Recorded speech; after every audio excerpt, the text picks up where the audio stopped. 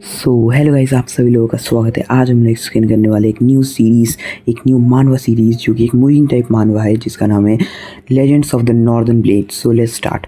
तो ये जो मानवा है इसके अंदर टोटल 202 चैप्टर्स एंड एक एपिलॉग, टोटल 203 चैप्टर्स हैं। और उसके साथ इस मानवा को द ग्रेटेस्ट मूविंग टाइप मानवा कहा जाता है। इसके अंदर one of the most best fighting scenes and action scenes हैं एंड मैं इसे पूरा का पूरा एक्सप्लेन करूँगा। टोटल 203 चैप्टर्स को मैं सबको एक्सप्लेन करूँगा। आज वाली एपिसोड के अंदर हम लोग टोटल 2 चैप्टर्स को एक्सप्लेन करेंगे। तो चलो, तो स्टोरी की स्टार्टिंग में बताया जाता है 130 साल पहले एक ऑर्गेनाइजेशन जिसका नाम था साइलेंट नाइट अपेयर हुई। और उसके अपेयरेंस के बाद बहुत सारे लोगों की जान गई, युद्ध हुए, वॉर हुए, काउंटलेस लोगों की जान चली गई।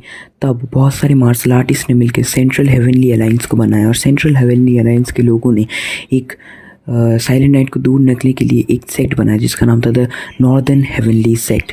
और इस नॉर्दर्न हेवनली सेक्ट के first generation leader, second generation and third generation leader ने साइलेंट नाइट के साथ फाइट करने के बाद फोर्थ जनरेशन लीडर जिन खान हो ने आके इस वॉर को एंड कर दिया। और उन्होंने ये चीज़ अकेले नहीं की थी, उन्होंने अपने नॉर्दर्न हेवनली सेक्ट के चारों पिलर के साथ ये इस फाइट को लड़के साइलेंट नाइट के आगे जीत हासिल की थी। जिन 4 पिलर्स में थे, फर्स्ट का नाम था डीमन फिस्ट, सेकंड का नाम था टेम्पेस्ट स्टॉर्म एंड थर्ड का नाम था the cursed ghost blade and third का नाम था the ruler of iron blood.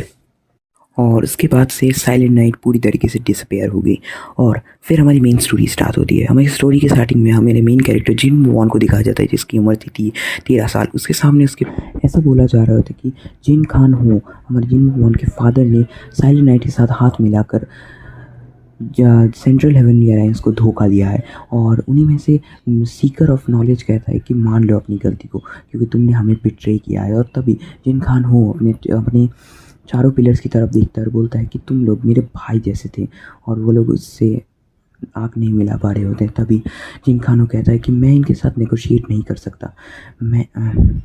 फिर उसने अपनी पूरी ऑरा को निकाला और बोला कि तुम लोग जैसा चाहते हो मैं वैसा ही करूँगा, मैं खुद को मार लूँगा, पर मेरे बेटे को तुम्हें छोड़ना पड़ेगा। मेरा बेटा यहीं पर जिंदा रहेगा चाहे कुछ भी हो जाए। एंड देन 3 साल का टाइम स्किप, और इस टाइम स्किप के बाद हमें दिखाया जाता है कि कुछ लोग नॉर्दर्न हेवनली सेक्ट के अंदर आए होते हैं क्योंकि उन्हें सेंट्रल हेवनली अलायंस ने भेजा होता है ताकि कोई भी साइलेंट नाइट का अटैक ना हो सके। और तब हमें उनके लीडर से पता चलता है कि असलियत में वो लोग यहाँ पर कोई साइलेंट नाइट के अटैक के बारे में नहीं जानने आए हैं। वो यहाँ पे आए हैं ताकि एक बच्चे यानी कि जिन वॉन के ऊपर वो लोग नज़र रख सके, ताकि ये कोई सीक्रेट में मार्शल आर्ट ना सीख सके। और तभी उनके सामने एक बंदा आता है और बोलता है कि हमें यहाँ पर कोई भी तरह की मार्शल आर्ट टेक्निक नहीं मिली है और ये सिर्फ रोज़ प्रैक्टिस करता रहता है बच्चा, ब्लैक स्मिथिंग। और फिर हमें एक बंदे को दिखाया जाता है जो कि है इस मर्सिनरी ग्रुप का वाइस लीडर। और फिर लीडर कहता है कि हमें यहाँ पर इस बच्चे को कोई देखने की ज़रूरत नहीं क्योंकि यहाँ पर कोई भी तरह की मार्शल आर्ट टेक्निक ही नहीं है। फिर हमें दिखाया जाता है जिनवॉन बोलता है कि अब ये लोग फिर से मुझे परेशान करने वाले हैं। और फिर जिनवॉन कहता है कि यहाँ पर जितने भी स्क्रोल्स थे वो सभी 4 पिलर्स लेके चले गए जिनके अंदर fist techniques and sword techniques थे, उन दोनों का डीमन फिस्ट और कर्स्ड ब्लेड ने ले लिया। और जिनके अंदर की टेक्निक्स एंड फुट टेक्निक्स थे उन्हें उन टेक्निक्स को ruler of iron blood and Tempest storm ने ले लिया। फिर हमें एक जिन वॉन का एक ख़राब सपना दिखाया जाता है जिसके अंदर उसके फादर उसके सामने मर रहे होते हैं, 9 स्काइज उसके सामने खड़े होते हैं। फिर जिन वॉन उठ जाता है और उठने के बाद वो बाहर घूमना स्टार्ट करता है और बोलता है हमें कि इस नॉर्दर्न हेवनली स्टेट के डिस्ट्रॉयड स्टेट के अंदर ऐसा लगता है जैसे कि इस टाइम बंद हो चुका हो। फिर वो जो मर्सिनरी ग्रुप आए थे उन्होंने जिनवॉन को लेके बोलता है कि ये बच्चे तेरे पास कोई मार्शल आर्ट स्क्रोल है जो नॉर्दर्न हेवनली सेक्ट के सीक्रेट्स मार्शल आर्ट स्क्रोल्स अगर है तो तुझे बताना पड़ेगा। तभी वहाँ पर वो बोलता है कि तू हंस क्यों रहा है, तू समझ नहीं रहा है यहाँ पर क्या चल रहा है।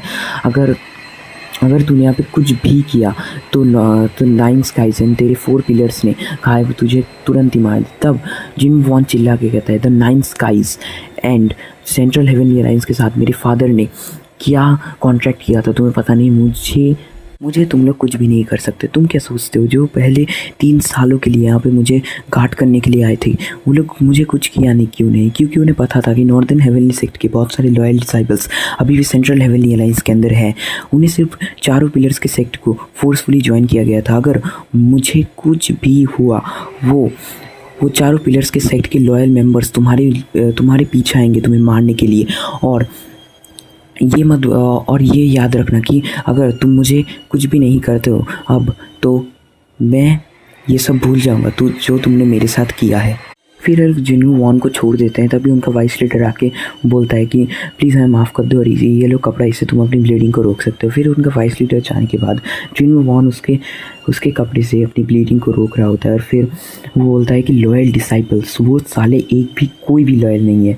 अगर वो लोग सच में मुझे बचाना चाहते तब मुझे इतना ज़्यादा अभी तक सफ़र नहीं करना पड़ता। यहाँ तक कि मुझे तो लगता है उन लोगों को कोई भी फ़र्क ही नहीं पड़ता अगर मैं मर भी जाऊँ।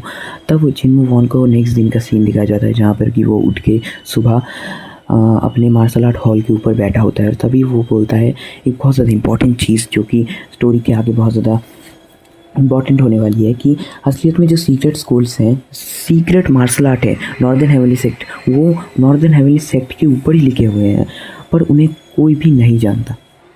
सो गाइस, इसी के साथ हमारा पहला एपिसोड ख़त्म होता है। आई नो मैंने एक अच्छी एक्सप्लेनेशन नहीं की, ये चैप्टर 1 और 2 था। आज सेकंड एपिसोड में मैं और भी ज़्यादा अच्छे से एक्सप्लेन करूँगा। प्लीज़ भाई थोड़ा सा सपोर्ट दिखाओ, लाइक एंड सब्सक्राइब कर देना प्लीज़, अगर वीडियो अच्छी लगी तो प्लीज़।